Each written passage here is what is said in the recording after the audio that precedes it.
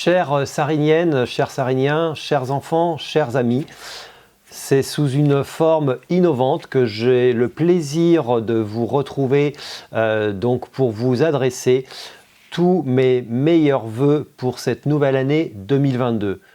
C'est aussi pour moi l'occasion de vous faire un bilan très rapide des actions menées sur l'année 2021 et vous annoncer quelques perspectives que nous avons souhaité mettre en place pour l'année 2022.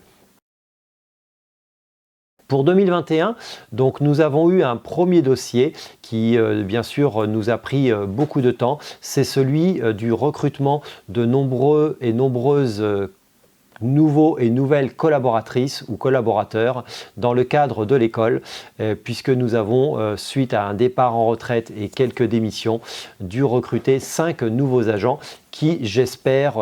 donnent entière satisfaction à toutes les familles qui donc fréquentent notre belle et grande école de Sarigné, dans laquelle nous sommes fiers de comptabiliser aujourd'hui une centaine d'enfants. Nous avons également donc recruté au niveau du secrétariat, puisque notre secrétaire générale Christine Chenel a donc demandé à pouvoir profiter de ses droits à la retraite et donc est partie le 31 mars et nous avons recruté donc Laetitia Goncalves à qui nous vous demandons d'accorder votre meilleur accueil. Nous avons en 2021 mené d'autres dossiers en matière de voirie sur la rue du Tertre où nous avons souhaité, tous les élus, sécuriser, enfouir les réseaux de cette rue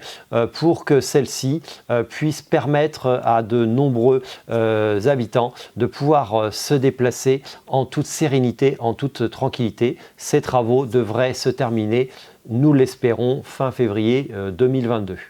Nous avons également donc développé notre marché hebdomadaire le samedi matin, sur lequel vous pouvez traditionnellement retrouver notre charcutière, notre primeur fruits et légumes, fromage, mais également depuis cet été, un poissonnier qui vous offre ses produits frais en direct des Sables d'Olonne.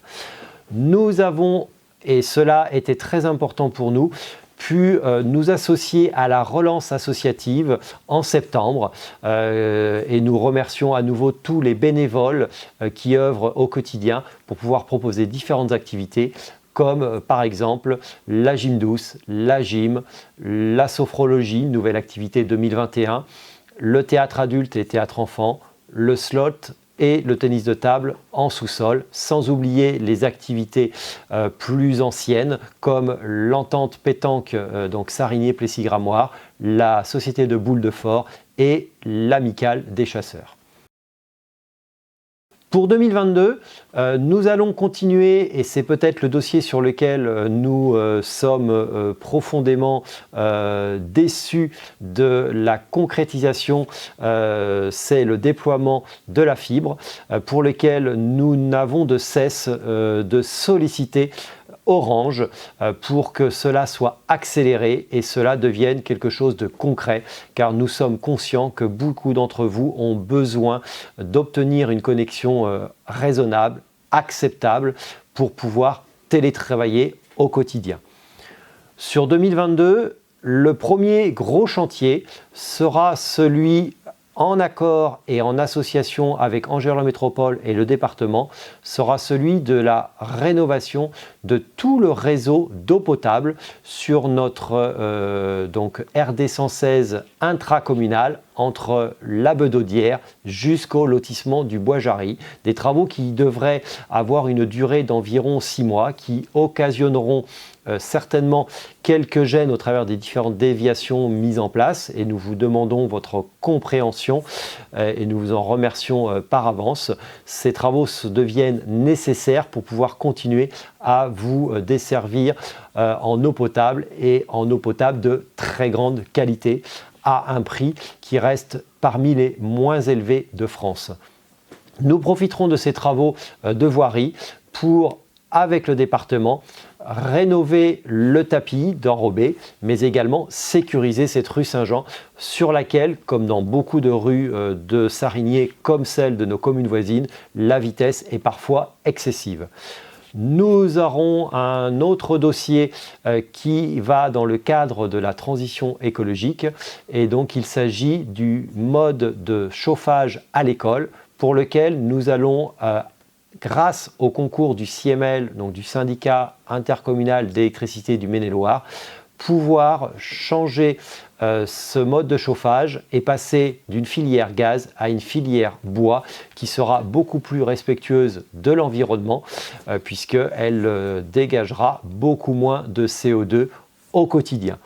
Enfin, sur 2022, le dernier gros dossier sur lequel nous allons œuvrer, même s'il y en aura plein d'autres évidemment pour lesquels nous vous tiendrons informés, c'est celui des études de faisabilité que nous avons confié à un promoteur ou plutôt à un aménageur privé pour créer une nouvelle zone d'habitat qui devient nécessaire par rapport aux différentes zones économiques qui s'installent autour de notre belle commune. Ces études de faisabilité devraient durer environ 12 à 15 mois. Suite à ces études, nous pourrons changer certains zonages nécessaires avec bien sûr le concours du service urbanisme d'Angers-Lords Métropole et surtout, nous concerterons tous les habitants qui seraient donc riverains de cette nouvelle zone d'habitat qui, comme je vous le disais précédemment, est quelque chose qui devient nécessaire pour continuer à dynamiser notre beau village tout en préservant son identité et sa beauté et sa sérénité. Pour terminer cette vidéo, eh bien, permettez-moi en effet de vous renouveler mes meilleurs vœux pour cette nouvelle année 2022, que cette année soit enfin